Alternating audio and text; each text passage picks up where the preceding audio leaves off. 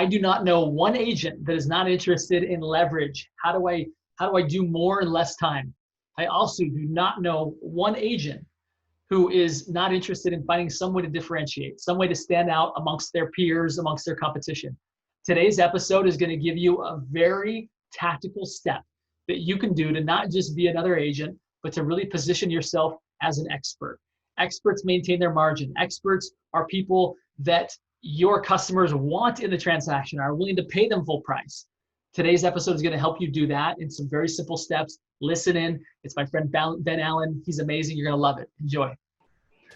Welcome back to the Think Bigger Real Estate Show. I'm your host, Justin Stoddart. And today we're going to talk about how do you differentiate in a crowded marketplace, number one. And number two, how do you generate leads based on what you know? So I have with me today somebody who is expert in helping people actually do that through the writing of small books. So I'm going to get to that here in just a minute. Let me remind you that the small clips and even tactical things that we're going to take from the interview today are going to be available for you in the Think Bigger Real Estate group on Facebook. If you're not yet a member there, go there, gain access to that group. Again, we take the stuff that you're going to learn today and from other episodes and make it really bite-sized and really easy for you to implement. Our goal is to help you to think bigger and live the life that you deserve to live. And so with that being said, I'm excited to introduce someone who's been a friend of mine for a long time. His name is Ben Allen. Ben, it's so good to have you here, my friend. Thank you for taking time to be on the Think Bigger Real Estate Show. Dude, it's such a blast, man. It was so good to connect the other day and kind of hear what you're doing. And it's been fun to see the trajectory of your career over the last, 5 years, 6 years here. Yeah, that's about what that, isn't it? Yeah, I think so. It's really cool, man. And I know you're getting close to finishing a book of your own, which is really awesome. So congratulations. I was hounding you for a long time. I was like, this kid, this guy's got something in him that's real valuable. And it's so cool to see that come into fruition. So, I think you probably saw that in me before I saw it in myself. So for those that don't know, Ben, let's hear a little bit about your background. Sure. You own a publishing house, right? You actually help people author books. Yes. And you've worked with some amazing people. Talk to us a little bit about what you did even prior to that, right? Which was at the university level. Yes. And then all the way through kind of your coaching business, your publishing business. Kind of walk us through how you got to be where you got to be. And keep in mind, real estate agents, and those of us in the real estate industry, what Ben's going to teach you is going to be able to help you differentiate and eventually generate leads from what you know. So, okay, go ahead, Ben. Tell us a little bit about exactly. Yeah. Well, I got a lot to say on all these things, but so quick snapshot of my background. I was a writing professor at 27 and did that for, 5.5 years or so, got a couple grad degrees, studied out in England, and teaching in the classroom was a blast, but ultimately it wasn't the end of the road for me. And I got restless, about 3 years in, I got restless. A bit of that entrepreneurial, ambitious streak in me didn't want to just teach anymore. I wanted to do something else. So I wanted to start working with people that could reach millions of lives. So I started working with authors who at the push of a button could reach millions of people.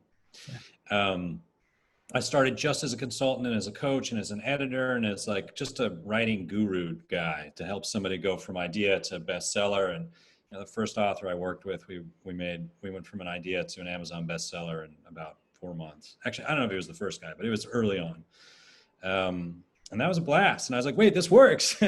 So that summer I left teaching and I was like, I just need a couple of good clients and I won't go back to teaching. And that was what happened.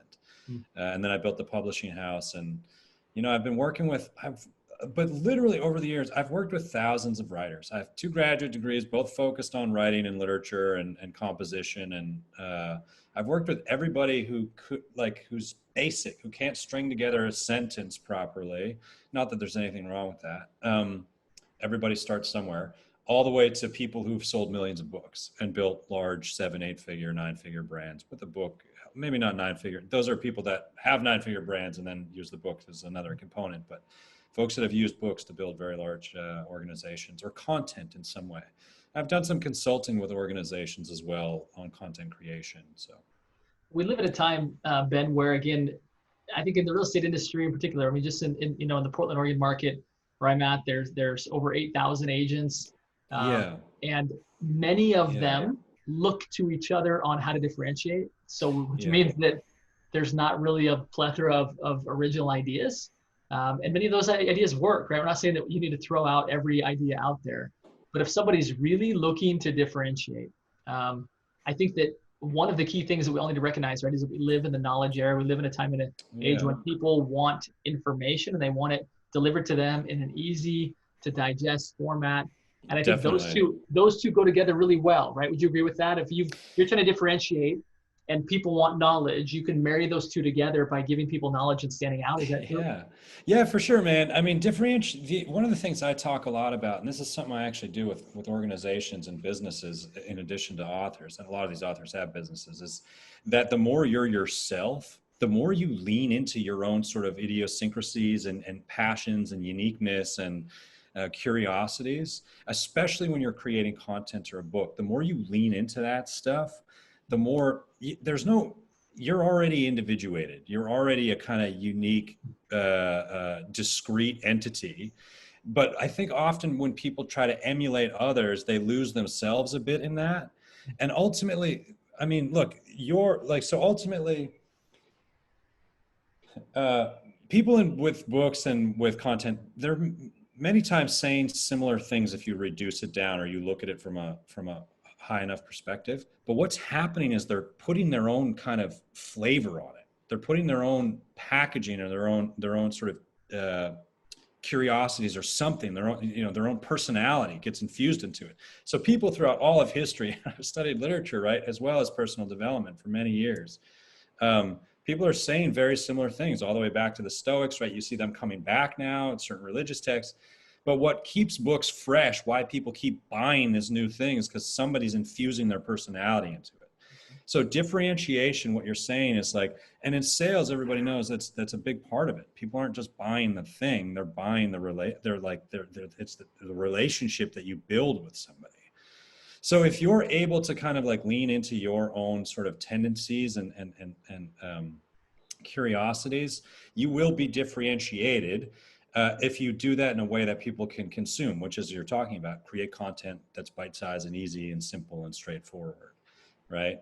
Um, the other thing that content does, and this is, I'm sure this is big, and I mean, it's very big in the people I work with, a lot of consultants and coaches, but it's also big, I think, in real estate, is that the right kind of content that really has you in it and that really has the interests of and the concerns of your audience in mind will build a relationship while you sleep, right? Like my first business coach, I read his book, applied the principles, made money, and then hired the dude. And I had never met him, but I was like, his book really profoundly served me, and it stuck with me. It sat on my desk. It's like people call it a calling card.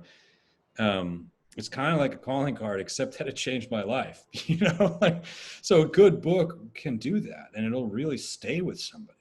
So That's a book isn't just a tool for differentiation. It's a tool for, or like content, it's also a tool for profound service and connection, which I know is really at the heart of what you do, man. I mean, when we were talking all those years ago, you're so driven by serving people, and you're so driven by like, by improving your own life and your own ability to achieve things that you want to achieve. And a big part of your achievement is by giving. And yeah. people feel that when they check out your content. That's why you're growing. That's why you're making a difference in people's lives. That's why people are tuning into this, because they can sense that you care and your interests come through loud and clear, man. And people love that. And I think it stays with them. So, It's I mean, it stayed powerful. with me. Our connection has stayed with me for all Yeah. these years. Yeah, no, it's really fun to stay connected all these years. I've you said some things there that I think I'm going to put in the language of real estate agents. Sure. Yeah, please. That because it's so powerful. What you said is that real estate agents are always looking for leverage, right? They're looking Right. for ways to be in more places Yeah. than one, Right. right? And I think when we start to look at content rather than just a way to entertain people or a way to inform people about the market, it's literally whether it be your talking head through video, whether it be your thoughts and words through the written. Those things, as you said, can literally be in countless places Yeah. at once while you're maybe doing something with those you love the most, or maybe you're out actually serving Right. your clients. Meanwhile, you're generating leads because Yeah. people are hearing your story, they're connecting with your story, your kind of unique personality, your kind of the uniqueness that you describe. people are drawn to that, right? As you mentioned, Totally. my passion is to help people to think bigger, right? And so for me, I've learned that if I just put that out there, right, it's all throughout the book that I'm about wrapping up. It's Yeah, all throughout these episodes are all about that. And that's just who I am. And so I get to just exactly. be who I am. But as a result, it it also acts as a lead generator for me in my business, right? That's right. And Yeah. it's a passion project. So just to put an explanation point behind what you said is that I've absolutely found that to be 100% true. Is that not only is it good for my soul because it's my way of giving back and of serving humanity, it's also really good for my business in the sense Yeah, that people, I'm not a foreigner, a stranger to them that's right. when I reach out to them or when we interact. It's like, in fact, I was in a parking lot the other day and somebody started, like somebody who I maybe should have known, but she started to interact with me as if we were like very close friends. That's Um, right. and I Yeah. didn't know who Dude, she there's was. I totally. probably should have, but I thought it was like, Yeah. it was friendly, but it was like, this is interesting, right? This is cool, right? This is Yeah. cool. Because again, Yeah. it's that leverage component that again, I was in 100,000 different places at once, right? Right. And if people feel you coming through that and they feel your intentions and they get you and they like get what you're up to, like, I mean, I've done it's so interesting. I work with so many people on marketing. I've done so little myself, but I've done some interviews. People like to ask me for interviews once in a while. And I did an interview and some guy listened to it and he came just ready to, he was like, I want to sign up. He's like, I love it. I love your interviews. I love who you are. Like he just was, very, very, very high. This guy coaches some of the world's top companies, and he just got a sense of who I was in these interviews and was like, came ready with check in hand. And that's because my relationship with him had started months before he even reached out. He had started hearing how I interact and he got my passion and he got my curiosity. So, the differentiation, my attitude about that a bit is actually there's nothing you need to force. Just relax into who you are. And most people, if you look at needs hierarchies, right, like human needs psychology, most people want to serve in some level. And real estate agents, and the thing with, I think a lot of real estate agents, they get caught up thinking they got to push or they got to force it. People want to buy houses. People want to buy commercial real estate. It's not like, people want those things. So if you're out there just kind of being a kind-hearted, generous human being, uh, uh, and trying to serve through whatever means you can, if that's content, great. If that's some other method, great. There's some people that have built very successful real estate empires on service. I don't know, do you know the book by Jonathan Kaiser, Disruptive? I helped him on a book launch. It made a Wall Street Journal bestseller last year, I think. That's I forget. amazing. It's so impressive for you, right? Yeah, yeah, yeah. But that I mean, he published. I forget the company that he published with, but I was helping with the marketing side, and but yeah, I mean, anyways, yeah, I'm kind of going on a tangent, but it's good that service and that profound,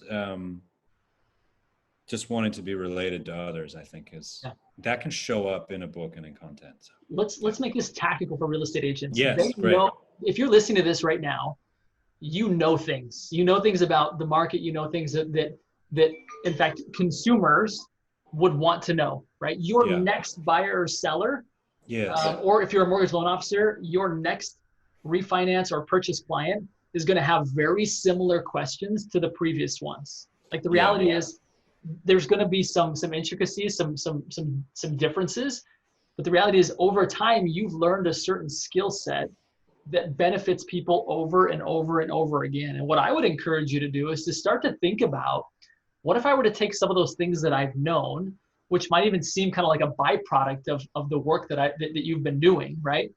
And find a way, and Ben's going to talk about a way that you can do this. Find a way to take that knowledge and put it in a package, call it a book, right? That allows you to have your sales process start long before you ever Yeah. meet people, right? Exactly. Now, Ben, I don't know if you want to add Well, to that, but I want to jump into this kind of what you're pioneering, which is kind of this micro book sure. movement. Yeah, yeah, yeah. Yeah, let me just say what that is real quickly and then I'll go into the tactical side. So, micro book, what most people who want to write a book, they get very, very, very overwhelmed by the thought of writing it because it takes on average an author 2 to 10 years to write a book. Yeah. And that's because they're trying to produce 75,000 words or 50,000 words or whatever, which at one point became the industry standard.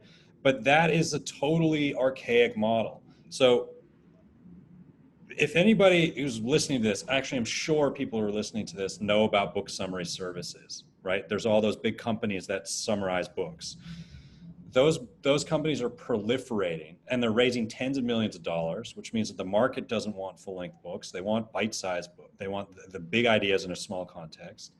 According to I forget where I read this. I think it was an Amazon article, but 80% of people who buy books only read the first 20 pages.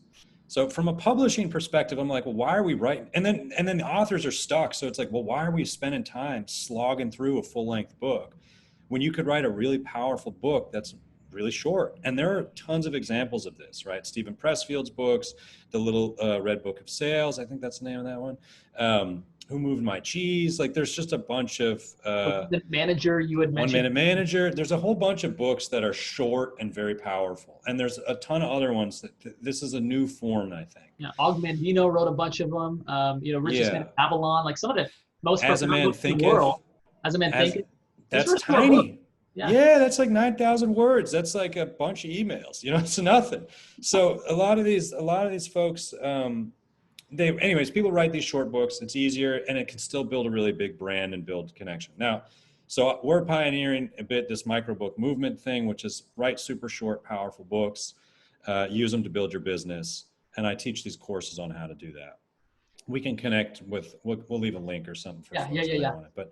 But how to tactically, go ahead. Do you have, yeah. I was going to say, I'm just wrapping up right now a 42,000 word book. And I would tell you, unless deep in your soul, something is telling you, write a book, make it long, make it long, make it long. Right. I would not recommend it. I really wouldn't. Folks. Yeah. It's taking me literally, like most of the discretionary time that I've had over the past 15 months. And you got it, man. It's been an excruciating experience.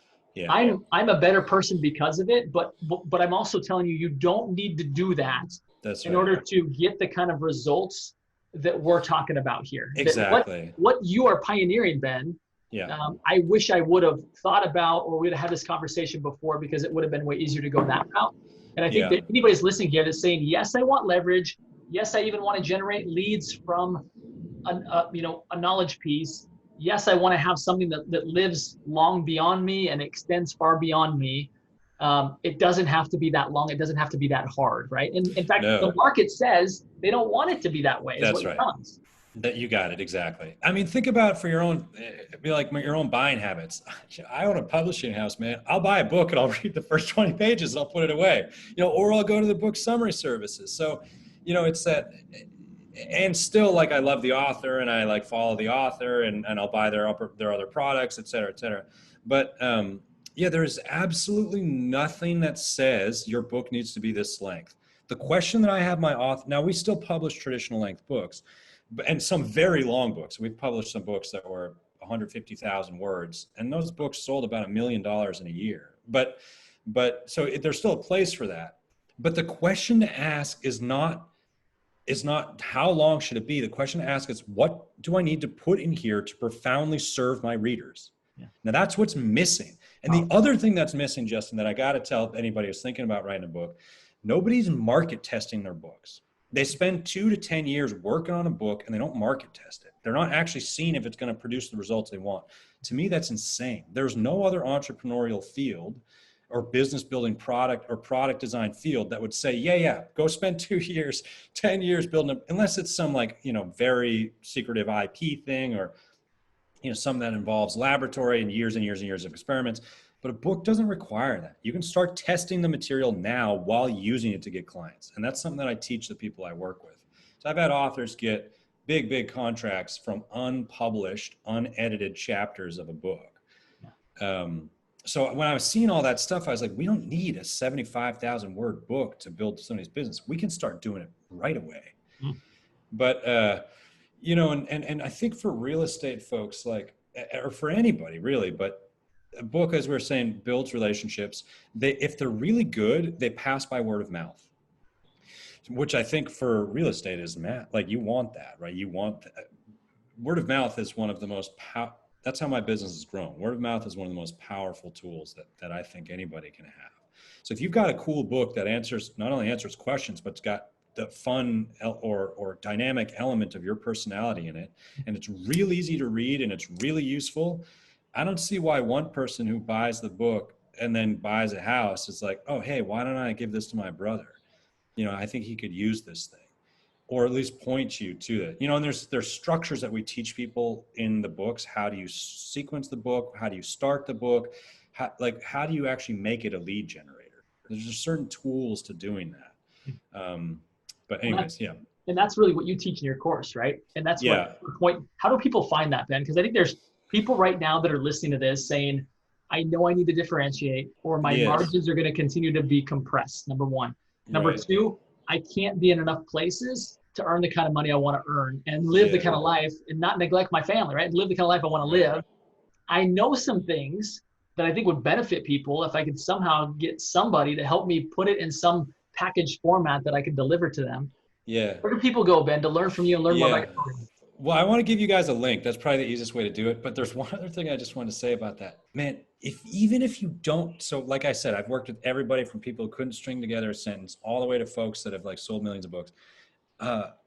Even if you don't think you can do it, or you don't think you have an idea, you can use an interview process, like a market testing process, as a way to not only build your content, but actually to start getting clients. And I show people how to do that. So there's a way to actually you can start going out and doing interviews, like informational market testing interviews that help lead to a really strong book that's going to profoundly impact people, become word of mouth thing, be a lead generator, blah, blah, blah, while being in interactions with folks that might want your services.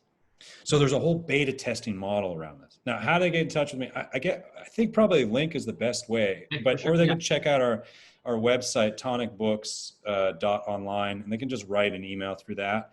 I think, but I have a tonicbooks.online, but I have a specific website for the course, the microbook course. So I can give you both links. Send them to me. I'll put them in the show notes. I'll put them in the comments. People can access this. But again, folks, I can't emphasize enough. And this is part of what I write about in my book, right? Which is the fact that big tech right now is spending billions, not millions, billions of dollars to create algorithms to minimize and or eliminate what you do and therefore get paid. They'll monetize that at scale. Meanwhile, you're left, people will say, well, technology will never replace a real estate agent. Maybe that's true, maybe it's not. Here's what is true, is the fact that they will minimize what you do and you will get paid less. Your margins will be squeezed. You've got to comment on this. I know you started down this path before with me telling me what algorithms will at some point replace. Would you share with them real quick? I forget what I said exactly, but there are things that they already have, like these algorithms are running to replace CEOs. Like artificial intelligence that could take the place of a multi-million-dollar paid CEO. I mean, it's they're basically, I mean, this is going to be an industrial revolution. This is going to be a massive revolution, and we don't know what's going to happen. So yeah, anything that you can do to help protect yourself and your family and serve people, I think is very useful. And that's who knows? That's the purpose of my book, right? Is to help people rise above that, right? And what I'm telling you is that the purpose of me introducing you to Ben today is to similarly help you make a similar move to say, how can I take the knowledge, the things that I know, to further insulate myself against this big tech reach and position myself in a spot where my margins are protected and my value is appreciated and people want me at the center of the transaction. Totally. And the thing that everybody has right now that they haven't replaced yet, but they will soon. They actually, apparently there's these algorithms that they're going to they can actually replace somebody's personality. But the thing that you have right now is your personality as well, is relationships. So the more you can do to cultivate that stuff, those don't go away if you nurture them well. Even if there's some brilliant AI thing, if you got good relationships, I mean, that's the backbone of a strong business. Yeah. So. Which a great micro book like you develop, right, would actually bring all that in to where people actually build a relationship with you while you're reading it. Yeah, why not, man? Heck yeah. And it might be fun. That's fun. Ben, last question. Are you okay for 2 more minutes? Dude, I can go as long as you want. I got another half an hour. I didn't Okay. know how long we were going, so. Yep. No, we're just wrapping up. I just And have for one your question. people, man, because Justin's so great, I'm happy to chat as long as possible. Anybody that comes through Justin's channel will get special treatment. I know how much this guy cares, and I know how much. Dude, do you remember all the, not to hijack the conversation for a second, but I remember all those years ago, I came in and gave a talk for some of your Yeah, people a long yeah, time back. yeah. Talking about Good memories. how to write a book. That was, man. Yeah, yeah. That was back. Anyways, go ahead. You had a question. I'm sorry. That was back when my vision was less grandiose as it is now. So, all Yeah. right. So here's But my. dude, you found your calling, man. People love it. You're doing something that's really valuable. I mean, I can see it. It's great. Yeah. So on that note, it's a perfect segue, Ben. It's almost like you're a plant. Okay. So the segue is you are a big thinker, right? That's Uh-huh. why you're on the Think Bigger Real Estate Show. Yeah, yeah. What I want to hear from you is how you continue to be a big thinker, how you Uh-huh. continue to expand your possibilities day in and day out. What does it look like for I a guy love like you? this. I love this question so much, man. One of the things that I teach people is like creativity and how to actually do this. Like, dude, all it takes is one big idea and then the right execution. You know what I mean? That like that can change everything. That's how the world has changed over and over and over and over again. One big idea and then the right execution. And that's it. If you look through all of history. So thinking big, first of all, I just want to say that is like one of the most powerful, valuable things that anybody can actively exercise or facilitate or nurture. So again, commend you and all the folks listening to this. But how do I do that? I mean, there's about a million ways. My whole life is structured around that, right? Like, I mean, I meditate every day. I do physical exercise. I have mentors. I talk to people like you. I surround myself with people that are doing the same things. I study, even if my mentors aren't somebody that I talk to one-on-one. I read their books. I watch their videos. I take their courses. Yeah, I mean, all those things are ways that I do it. The other thing that I'll throw, well, to circle back, and then I'll add in one other thing, go into your own interests. I'm telling you, I've got this theory that our inspiration, like if you're called to write a book, if that inspiration sits in you, and I saw it in you all those years ago, if it's sitting in you, it's probably not going to go away. And not only will it not go away, but humans are social creatures. We exist, we all have our sort of functions inside of society.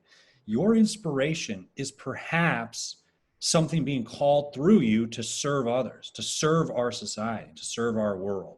So if you lean into that inspiration, it's going to, that is your thinking bigger. You don't even need to think bigger anymore. Like that's there. It's in you. If there's something in you, some calling, some desire, some whatever, curiosity, inspiration, that's probably something that's going to serve the world. So follow that thing. So I call it, I used to tell this to my student writers, go with the energy. Where's the energy? Where's the energy sitting in? You can even think about it physically, but where is it? Like psychologically or physically or spiritually or whatever, where's the energy for you? Can you grab a hold of that? That's what you're doing, man. That's why your business is taking off. That's why you're helping so many people. That's why people are resonating with it. You found something that was sitting in you and you cultivated it, you know? Powerful. Follow the energy, guys. I love Yeah, that. And yeah, don't diminish it, right? If you feel that, yeah. you feel like I need to go this path. Don't ignore that. Yeah, at the minimum, start to just spend, even if you got a full-time job, start to create space to think about it, Mhm. nurture it. Right. Inspiration does have a half-life. I will say that. Inspiration can go away. If you don't nurture it, it can kind of vanish. Um, but while it's there, man, grab a hold of On it. Ben, this has been as powerful as I hoped it would be, if not even more. that. You're just such a bright individual, such amazing talents, and really unlocking really the genius inside of all of us, right? For those that really step up. So I'm excited to get people in contact with you and with your program, and really help them start to gain that leverage, to gain that additional reach that they otherwise wouldn't be able to have going through traditional methods. So such Yeah, a pleasure, my friend. Thank you so much for everything you've shared. And yeah, we'll, again, for those that are listening, be sure and watch for a link that I'll be putting in the show notes that will allow you to go and learn more about Ben's course and yeah, how you can create a micro book and really start to differentiate yourself as an author quickly, yeah. right? It doesn't have to Build take a your long time. business. Yeah. Yeah, no. We write these books in 2 weeks. I got people that write books in 2 weeks. Oh my goodness, it's music in my ears after a year and a half. All right, All my right, friend, thank you man. so much. Yeah. For everybody listening here today, final request, these 3 simple words. They are go think bigger. Thank you so much, Hmm. Ben, for helping us do that today. Always love our time together, man. Yeah, for sure.